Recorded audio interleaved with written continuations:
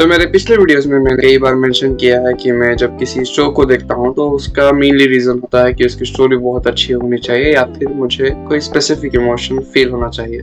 लेकिन इस शो को देखते वक्त मैंने उन सभी चीज़ों को साइड में रख दिया था and the only reason why I watched this show क्योंकि इसका एनिमेशन बहुत ज़्यादा अच्छा है। खुशामदीन हाज़रीन, आज हम लोग बात करेंगे कोबायाशीज़ ड्रैगन मेड इस एनिमे के ऊपर। तो इस एनिमे को मैंने कई बार इग्नोर किया है, कई बार इस एनिमे को मैंने पोस्टपोन कर दिया था, कई बार मेरे पास इस एनिमे के सारे एपिसोड्स थे, लेकिन फिर भी मैंने इसे नहीं देखा क्योंकि मुझे पता था इसका एनिमेशन बहुत अच्छा होने वाला है और जिसकी वजह से मेरे आगे आने में इसका मजा भी किरकिरा हो सकता है। क्या सच में इस एनिमे की वजह से मेरा मजा दूसरा एनिमे में किरकिरा हो गया है? चलो जानते हैं। तो देखो, कोबायाशीज़ ड्रैगन मेड इस एनिमे की स्टोरी कुछ ऐसी है कि एक मोहतरमा होती है कोबायाशी। ये नॉर्मल बिजनेस वुमन होती है, इंट्रोवर्टेड टाइप, ज्यादा लोगों से बात करना पसंद नहीं करती। इनके ऑफिस में भी इनका सिर्फ एक ही दोस्त है और एक दिन जब ये नॉर्मल अपना दिन बिता रही होती है, इनके दरवाजे पे दस्तक होती है और जब ये दरवाजा खोल के देखती हैं तो सामने होता है ये वाला मंजर। यप, एक ड्रैगन का दरवाजा खटखटा रहा था। अब ये ड्रैगन कौन है और ये कोबायाशी के साथ कैसे रहेगा, इसके पीछे की बैक स्टोरी क्या है, ये सभी तुम्हें इस एनिमे में देखने को मिलेगा। तुम इस एनिमे को देखने जाओ इससे पहले मैं बता दूं कि ये वाला एक स्लाइस ऑफ लाइफ एनिमे है, लेकिन इसमें एक्शन सीक्वेंसेस बहुत ही ज्यादा अच्छे हैं। शायद मैंने स्टोरी के बारे में उतना नहीं बताया, तो थोड़ी सी और इन्फो देता हूँ।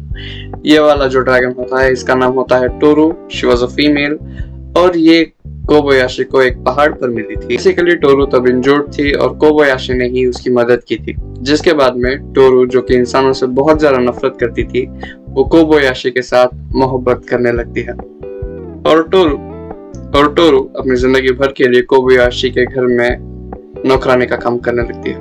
मैं पर्सनली इस एनिमे को गुड की कैटेगरी में रखना चाहूंगा क्योंकि इसमें बहुत सारे एस्पेक्ट्स ऐसे भी थे जो कि मुझे उतने बहुत पसंद नहीं आए, लेकिन इसका एनिमेशन अच्छा था जैसे कि मैंने बताया। और इसके characters, majority of the characters in this anime are female. सबके सभी मोहतरमा ही हैं, सिवाय एक दो तीन कैरेक्टर्स को छोड़ के सबके सब औरतें हैं और उसकी वजह से इस एनिमे में फैन सर्विसिंग के सीन्स बहुत ही ज्यादा डाल दिए हैं उन्होंने। स्पेशली ये वाली मोहतरमा जब स्क्रीन पर आएंगी तो तुम्हें स्क्रीन की ब्राइटनेस जितनी हो उतनी कम करनी पड़ेगी। अब इतना तो हो गया स्टोरी की बात, लेकिन मुझे इस एनिमे में जो चीज पसंद नहीं आई वो चीज थी जिस तरह से कैरेक्टर्स के रिलेशनशिप्स को बताया गया है। स्पेशली टोरू और कोबायाशी के जो सीन्स आएंगे, तो सभी सीन्स तो नॉर्मल ही होंगे, लेकिन बहुत से सीन्स ऐसे हैं जिसमें तुम्हें थोड़ा बहुत अनकंफर्टेबल फील होगा, लेकिन यू वो काइंड ऑफ फीलिंग है क्योंकि उसमें टोरू बार बार अपनी टेल कट करके कोबायाशी को खाने की तरह परोसती है।